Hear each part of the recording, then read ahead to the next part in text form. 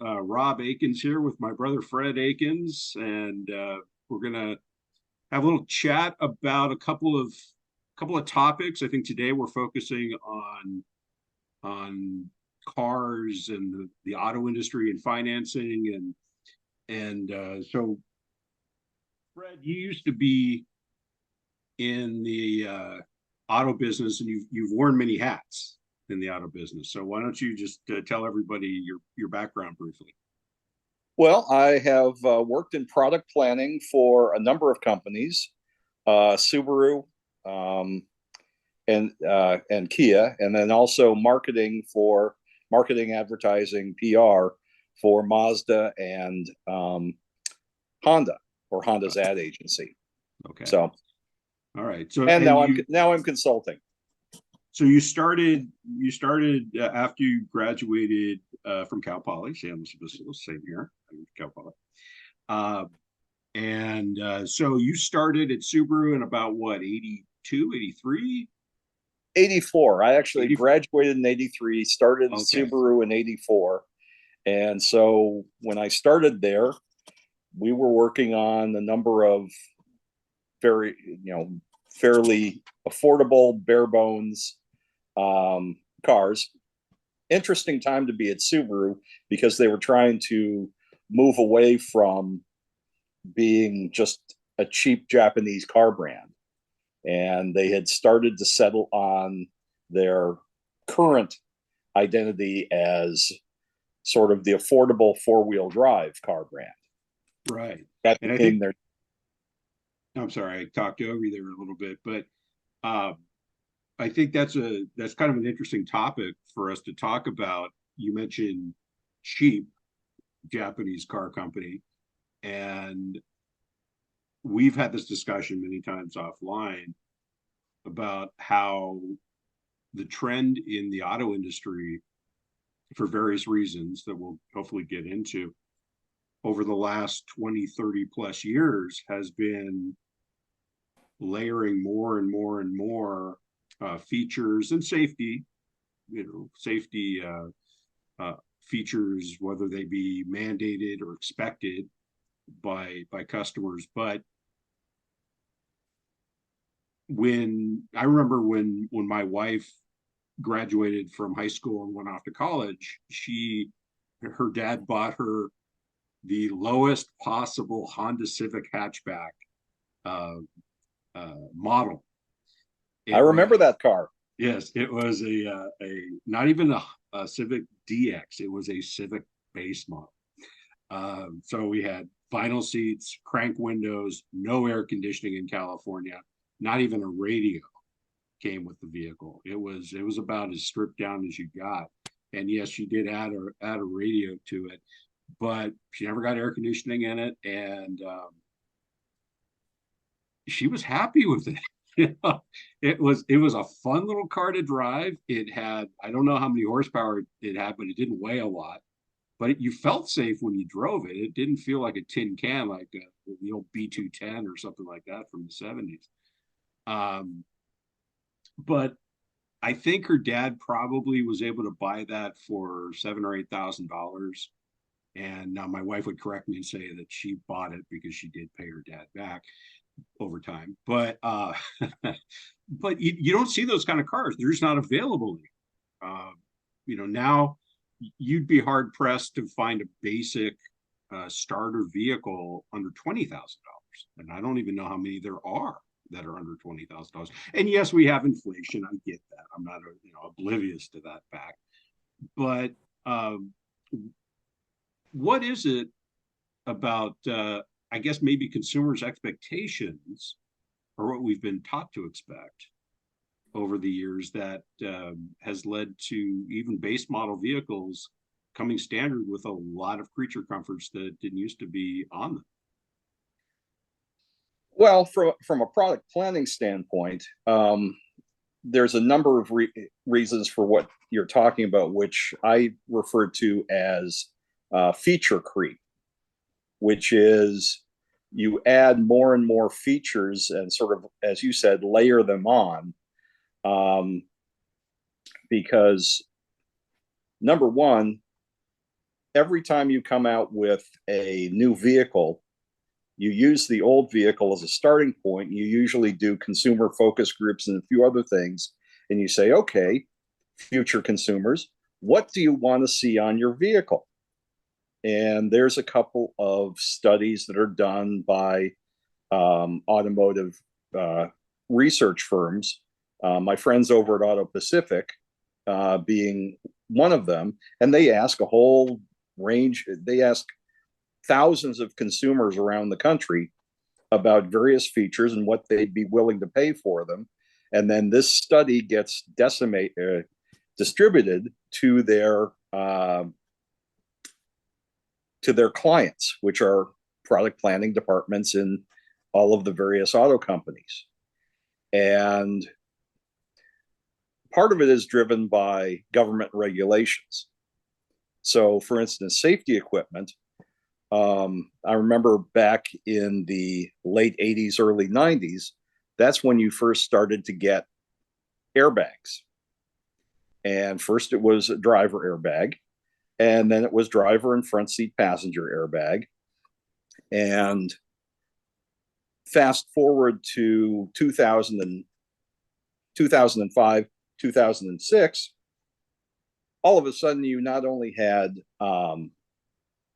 driver and passenger airbags for safety, crash test safety, but you also had seat mounted side airbags and curtain airbags. And that was driven by a combination of government regulations.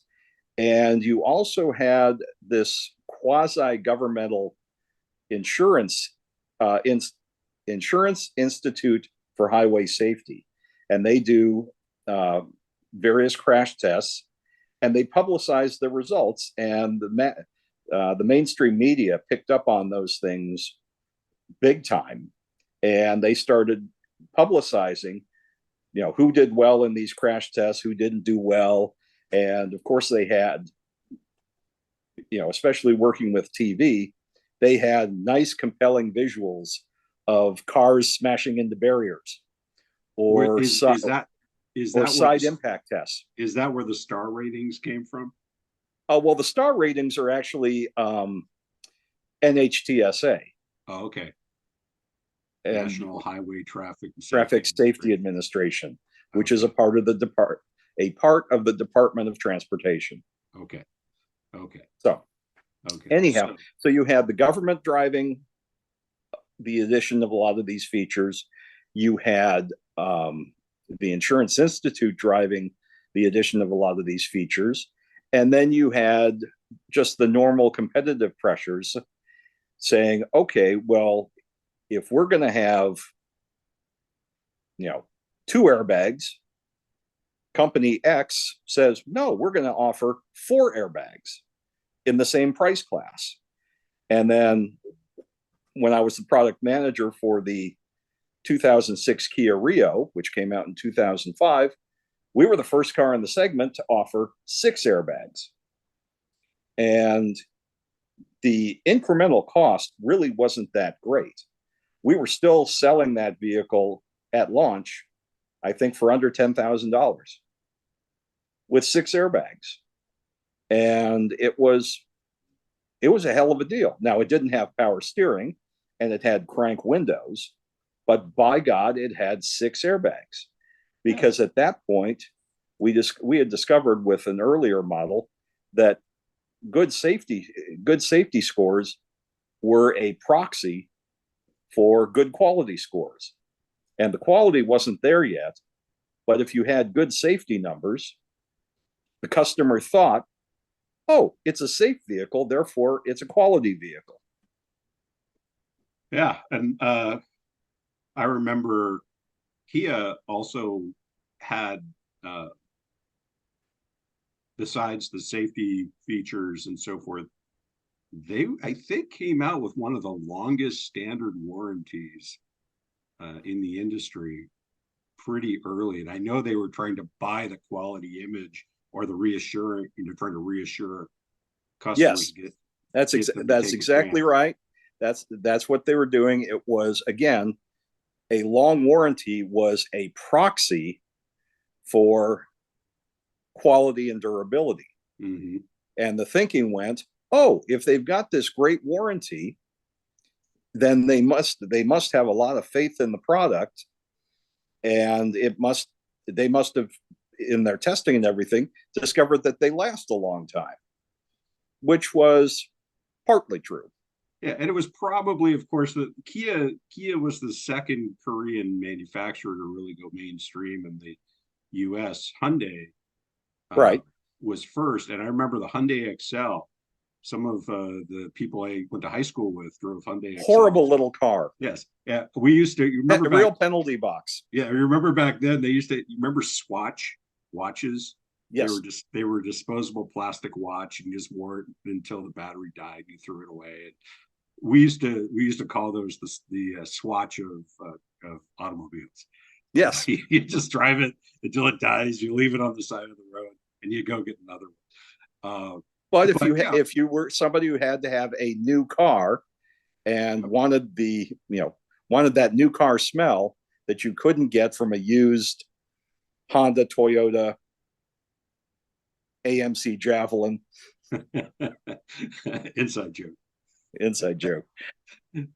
Uh, yeah, no, but that's an interesting point because then Kia had to almost try to overcome the Hyundai Excel association of being Korean.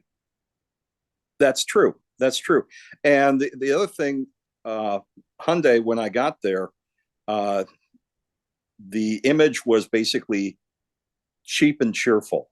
Mm-hmm. So you could get a lot of features for the same or less money as a Honda, Toyota, Nissan. Right. And that was the competitive advantage. And there was a place in the market for exactly that type of vehicle. Yes, out there are a lot of people who buy on price. They buy on price and they buy on payment. It's not Exactly. even the sticker price. And so that's a good segue to talk about what's going on in the auto industry right now, which is I read something that the number of new cars, and of course, cars is a generalization, new vehicles, uh, below $40,000 is very small. It's a relatively small percentage of what's available out Well, the median price in the industry is just under $50,000, there. Right. which is a ton of money. I mean, even 10 years ago, the median price was right around or under 30,000. So the price appreciation in just the last decade or decade and a half has been explosive. Do you think that has been fed by the fact that people were able to get extremely favorable financing because of the Federal Reserve pushing interest rates to zero um, on the short term and with what they control? And so you mentioned before, people buy payment as much as they buy price, and it's true of housing as well. But that allowed the price creep to kind of sneak up on people where if you're not paying interest, it's just a mathematical equation. You divide how many payments by the total cost of the vehicle, and you're paying maybe slightly above that if you've got decent credit. Sometimes 0% financing, sometimes a little bit more. But I want to say 2 years ago or a year and a half ago, even, the average new car rate for somebody with pretty good credit was below 4%. It might have Mm-hmm. even been below 3%. And the latest number that I've seen is, and there are exceptions, of course, credit unions sometimes offer better financing options, but or subsidized by the manufacturer. But for example, the big banks are charging between 7 and 9.5% for a new car loan, 5-year loan, 6-year loan, 7-year loan, which is another thing we can get into. But you just do the math again. And if your interest rate goes from, say, 3% to 9%, that's not tripling the payment, but it's certainly increasing the monthly percentage of your payment that is going towards interest. And so now we let the prices sneak up on us when interest rates were so low that it was manageable. But it's kind of the same thing that housing is going through, where if you bought a house with a 3% mortgage for 800,000, now you could get the same monthly payment and only buy a house that's about 500,000. So what why can't, or do you think it's possible? Let me ask you this. Do you think it's possible for a manufacturer to say, okay, we have to dial this back. We can grab a huge share of the market if we go back to producing more of a bare bones minimum, whatever the safety requirements are, whatever the connectivity requirements for people are. I read something just the other day that more than half of millennials would not even consider a vehicle that didn't have CarPlay or Android Auto as a feature in their vehicle. It's amazing how we just suddenly realize we can't live without them. But do you think that it seems like there's a huge niche in segment in the market for that, but is it even possible or practical? I'm not entirely sure it's possible to go back there.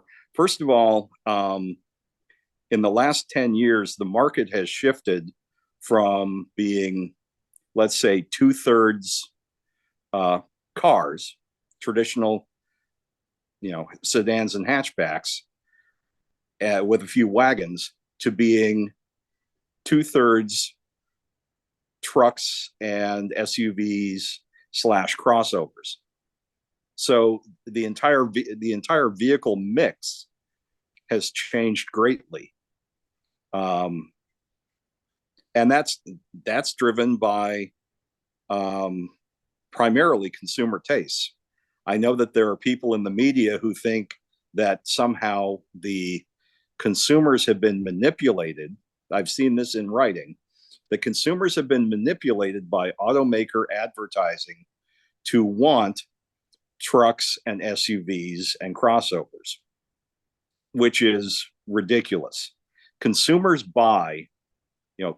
basically vote with their wallet and their feet. And in the last 10 years, they have said, no, I don't want a boring sedan or a penalty box hatchback. I want a crossover that projects an image of me as an adventurous, get out there and do things, even if it's just running to Home Depot or Costco. But somebody who has an active lifestyle. I kept saying I'd love to see a presentation from Buick that says we've developed this vehicle for people with an inactive lifestyle. Yes, your father's Buick or your grandfather's Buick. Although no disrespect to Buick, I think that they have modernized their offerings, and they do have some pretty attractive vehicles now. But that perception still stands. So you're right. It's consumer tastes have changed, but also I think auto manufacturers have discovered that it doesn't cost them much more to build a small and relatively inexpensive SUV than it does building a small sedan or hatchback or wagon, but they can charge more. Right. Well, let me give you an example. I was the program manager for the original Kia Soul. Neat little vehicle, great design, and that vehicle used a taller, more rugged looking design. It was basically kind of tall and boxy, but it was stylish. It was more stylish than the equivalent Rio and Kia Forte of the same generation. Underneath, it used components from those two vehicles. Mm-hmm. So we were using economy car underpinnings and just repackaging them in a way that we could charge, instead of, let's say, $15,000 for a Forte, we could charge $18,000 to $20,000 for a Soul, and we could do that all day long. And the finance guys were happy as clams, because they didn't require that much in the way of incentives to sell. Mm-hmm. The sedans usually required a lot of money on the hood or in the trunk, in the form of dealer incentives. Which is industry jargon for rebates, right? Or right. Either rebates or dealer front incentive. end or the back to the consumer, or to help with down payment and financing. Sorry, little inside baseball there. It's okay. It's okay. I'm sure people are kind of interested to hear stuff like that. So where do we go then if it's not really profitable? And let's face it, car companies exist to make money at the end of the day, to return to their shareholders and to their workers and to their employees and whatnot. So if they said, well, we could build a car like that, but we couldn't build it profitably. I think that's one of the things they're going through right now with EVs, is they're trying to price them at a point where they can get people to buy them, but they seem to be losing gobs of money, unless you're Tesla, and we can go down that rabbit hole some other time. But at this point, Tesla seems to have actually figured out a way to cut prices. And yes, I'm sure they're doing that for competitive reasons in the marketplace. But regardless of that, most car companies, Ford is a glaring example, where I think they said they estimated they were going to lose $3.5 billion or $4 billion or something this year. It was $3 billion, now $4.5 billion. Right. A year on EVs. With a B. Yes. Yes. And so if they were to start trying to build these inexpensive cars, that, number one, we really don't know if people would buy them. If you could price them at a point where it would make sense for people to bring down their expectations to have a new vehicle that was under warranty and reliable and safe. So it's really a conundrum. Where are we just kind of sentenced to having a never-ending price spiral on new vehicles? I don't know if we're sentenced to that. I think part of it is conventional wisdom in the auto industry, and has been for 30 years, is small cars equal small profits, or no profits at all. And a lot of the vehicles that you saw being sold as inexpensive vehicles were actually, a lot of the economy cars were quite often sold at a loss, because the manufacturer needed the fuel economy credits under CAFE, which is corporate average fuel economy, so they could offset the more profitable, larger, heavier, more expensive, higher performance cars and trucks. And that was just it was almost gospel in the industry. Small cars equal small profits. And again, every once in a while, you'd have a company like Kia that would come out with a really good small car, like the Soul, that didn't need much in the way of incentives, didn't need a killer lease deal or anything else like that, that would sell at a profit. And that would keep the finance guys happy, because then they'd put money elsewhere, or they'd put money into building vehicles here in the U.S. And there's also exchange rate and trade issues that made some of those small inexpensive vehicles go away, because back in the early 80s, this is back in the Reagan years,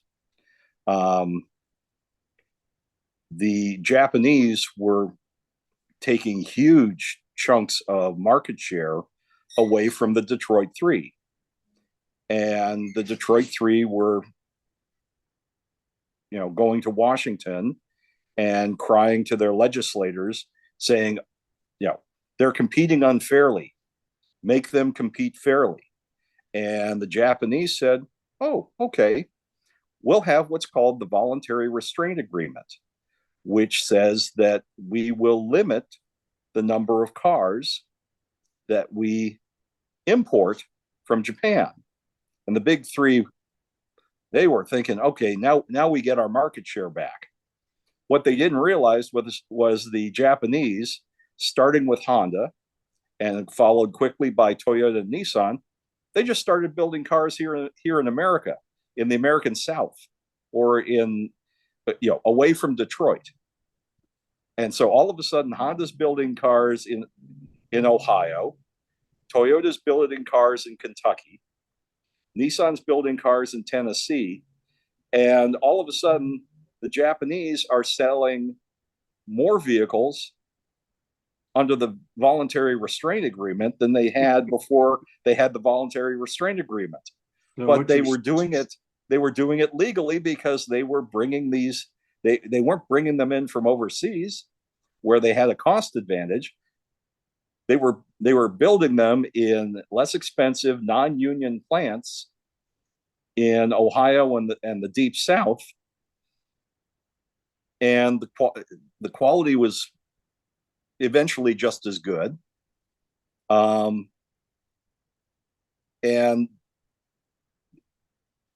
the big three, unfortunately, never got around to actually improving the product. Because if you look at a Honda Accord built in Ohio versus a Honda Accord built in Japan, they were just as high quality. If you looked at that Honda Accord compared to, let's say, a Ford Fusion or a Chevy Malibu, there was a huge difference in quality. Yeah, I remember renting a Malibu, a Taurus, or what have you, back in those days, in the late 80s, early 90s. And we lived in California at the time, and I think California really embraced Japanese cars first, as far as yes, well, that's where the Japanese car companies first established their beachhead.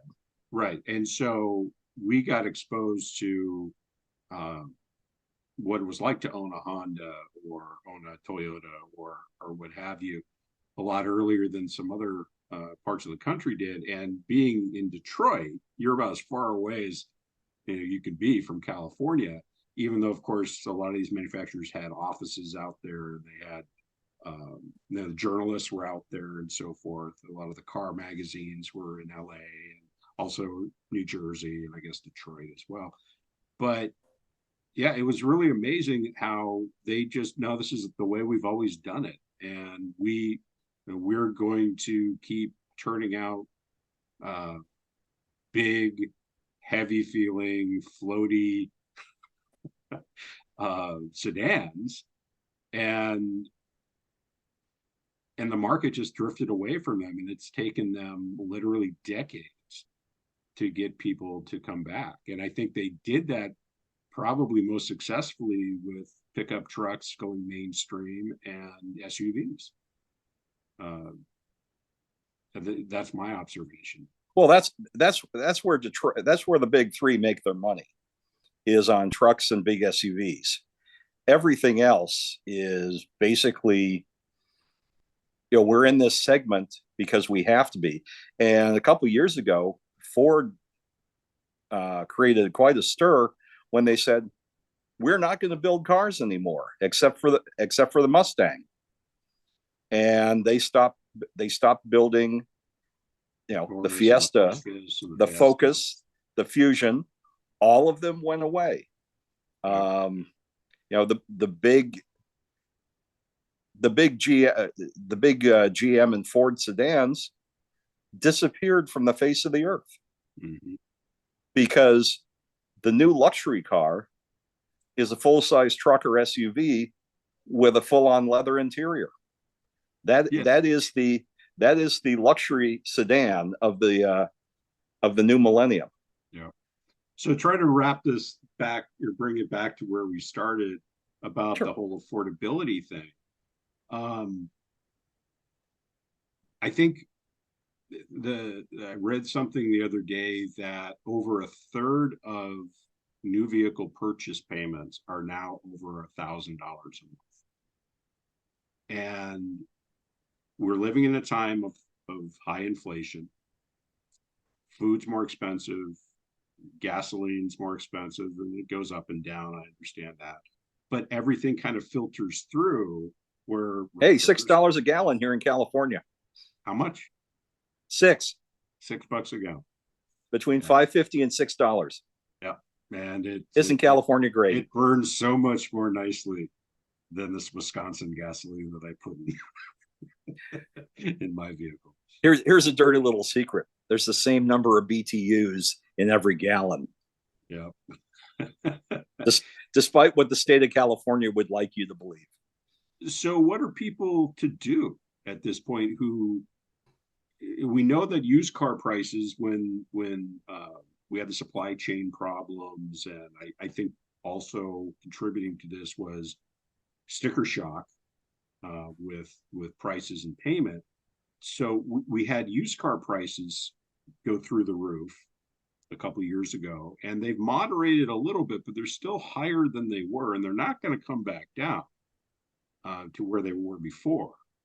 And I think maybe that's what people were going to out of necessity, was they knew they couldn't get a new vehicle because it was just too expensive. So they were looking for something in the, say, the $20,000 range, 15 to 20,000, 25,000.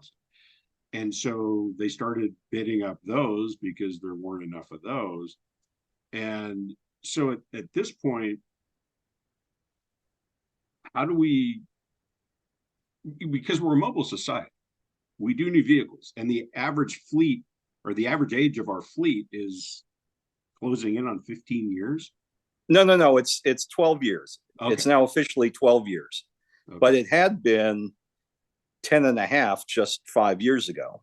Okay. So the average vehicle is getting older, because we're not going to turn into Cuba or anything, where people are driving their 55 Chevys for the next 70 years. No, Lord, I hope not. Yes. But so do you have any thoughts on how the industry can address the affordability issue with vehicles and make them more? Well, I know from talking with various manufacturers that is a huge concern. Various manufacturers and consultants. Vehicle affordability is a huge concern. So what you're going to see is, I think, you're going to see payments stretch out to 7 or even 8 years, which to me is just insane, because at that point you're paying for the vehicle well past, almost up to its expected lifespan. Mm-hmm. So you're making payments for 2/3 of the vehicle's lifespan. And it's going to be dependent. Let's face it. I mean, most people want to get out of their vehicle into another one after 3 or 4 years. Yes. Just behavioral, Well, that's their learned behavior over time. Right. And the problem is, but then you've got cars like, let's look at Tesla. Their current product line is among the oldest, I think, in the industry. Um, the Model S and Model X came out in 2012 and 2013. So they're a decade or more old. Mm-hmm. Now, conventional wisdom would say, hey, those would already have been replaced. But they're running the same design and the same basic architecture as when they came out. Yes, they've made some improvements and some over-the-air software updates and everything, but it's the same basic old vehicle design. And Tesla just in the last month or so showed their next Model Y or Model 3, and you can hardly tell from looking that it's a new vehicle, but it's supposedly substantially revised. Well, if you substantially revise something, shouldn't it look different? Yeah, it's more like what most manufacturers call a refresh. Yeah, it might be a major refresh, but it's certainly not an all new vehicle. And we'll see how it works. I mean, Yeah. so far Tesla has defied gravity as far as the conventional wisdom in the car business with their vehicles and their pricing, and you know, their build quality. Their build quality isn't that great, but the people who buy them love the heck out of them. Mm-hmm. Yeah, it is kind of amazing. Maybe the fact that they aren't putting out a new model every 4 years is one of the things that's allowing them to stay competitive price wise and undercut some of the other manufacturers with some of these aggressive price cuts that they brought in uh, this year. And I always kind of cringe when I hear about it. It's great if you're the person who hasn't bought yet, but if you bought a Model 3 or a Model X 7, 8 months ago and paid, well, let's say for a Model X, you paid $90,000 or whatever they were going for. And now you can get the same vehicle for 78, 75. What is that doing to the resale value for the person who ponied up the full price Well, earlier in the year? the other thing we're discovering with Tesla is, and I think this might be where they wind up having some trouble, is insurance companies are discovering that sometimes a fairly minor, what you or I would consider a fairly minor accident in a Tesla winds up totaling the vehicle. Mm-hmm. And Yeah. that's going to be a problem, but it's also going to be a problem for mainstream manufacturers, especially with EVs, because with EVs, it's such new territory, and I mean, with a gasoline or petrol fueled vehicle, yes, you can have a vehicle fire, but the fire department puts it out in 5 minutes. With a Tesla or EV vehicle fire, once they start burning, they sometimes keep burning or reigniting days and weeks after Well, we've the seen that initial event. with some ships carrying EVs that Yes, catch on fire, and they and basically evacuate the crew, and they try to keep the outside of the ship cool by spraying water on it, but nobody's going in that ship trying to put the fire out. no, and basically everything on that ship winds up being a write-off, Mm-hmm. either through smoke or water damage. Yeah. Yeah. All right. Well, All of which raises costs so and I makes things guess more expensive. so I guess it's yeah. So I guess it's just stay tuned as far as manufacturers and what they're going to try to do to make vehicles at a price point where more middle lower middle income folks are able to Now, buy something new. one last point. Ford with their new 2024 F-150, which they just announced a week or so ago at the Detroit Auto Show, they announced that they are simplifying their F-150 lineup. And one of the reports I read said that they have eliminated about 90% of the build combinations. Now, if you think about it, that's huge, because eliminating the build combinations makes it easier for the dealers to order. It makes it easier for the factory to build. And if the factory workers, the UAW folks, if they don't have to keep track of 90% of the previous build combinations, they can focus on the build combinations that they do have and say, okay, we're going to screw these together right. So theoretically, you get higher quality builds. Right. So it's a win-win, but you're not going to be able to, like my wife and I just did, completely custom order a new truck. Yeah, it's going to be a little bit more package A, package B, package C. Right. And you can't get, instead of having 16 colors, you'll have 10 colors. Right. Now, I don't know that anybody needed 16 colors, but sometimes if the plant can offer that, then that's what the product planners will do. They'll say, "Oh, we'll give you all these build combinations, and we'll let the dealers order them, and we'll let the customers order them." But Ford does about 900,000 F-150s a year.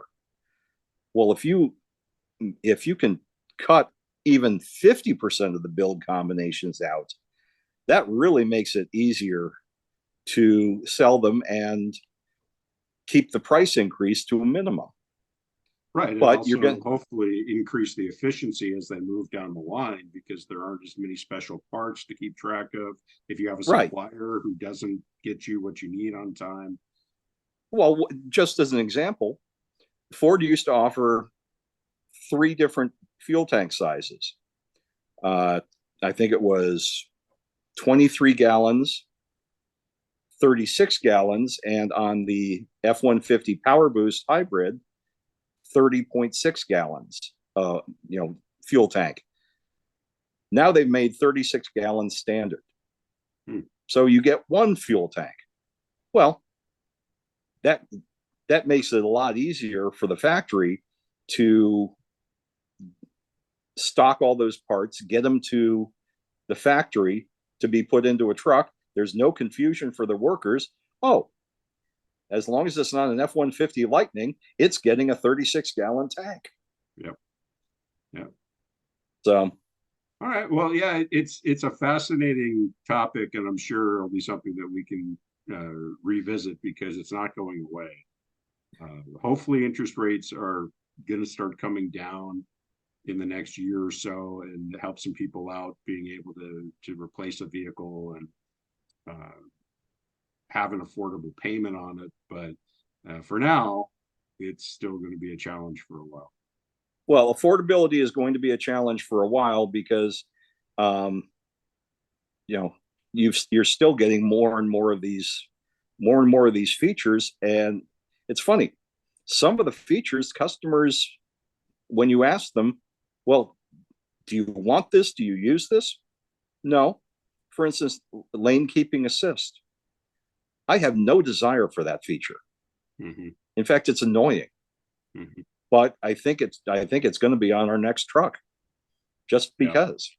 Yeah, I was just on a road trip with a friend who has a new Acura SUV, and one of the first things she did was disable the lane assist because it was annoying her. Yes. Well, there you go. All right. Okay. Well, thank you, Fred. I appreciate your time. All right. We'll talk soon. All right.